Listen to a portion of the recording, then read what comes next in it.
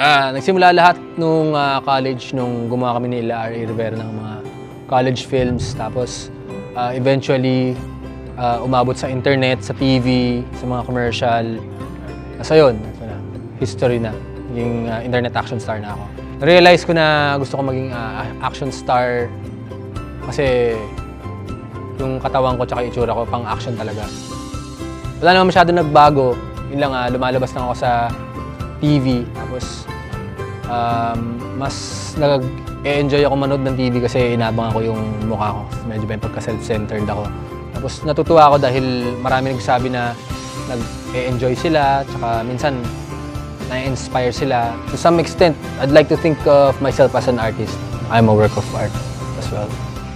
Na-inspire ako ng mga idol ko, tsaka ng mga friends ko. Na-inspire ako sa Philippine art and culture and the environment. Basta kung ano yung maganda sa tingin ko. At sa tingin ko, nagiging proud ako maging human being. Art is anything that makes you proud to be a human being. You gotta create something out of nothing. Yung nothing sa labas ng mundo. Yung art natin dapat nanggagaling sa loob natin.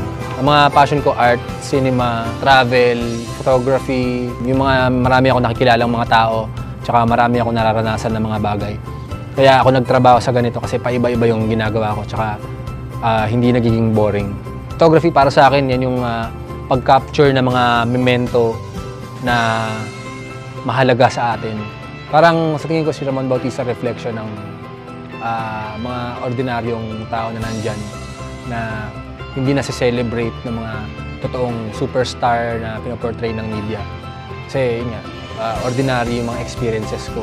Tapos yung pagkaka-deliver ko lang. Pinapakita ko na, itong ginagawa nyo, masaya din to. Kung titignan nyo lang na mabuti. Yun, bukod sa natural good looks tsaka animal appeal ko, nadudukot ko yung, siguro yung charisma. Kaya nila ako gusto kasi nakaka-identify sila sa akin. Medyo ordinary yung mga ginagawa ko na nalalagay ko lang sa video, kaya sa mga pictures. I am Ramon Bautista.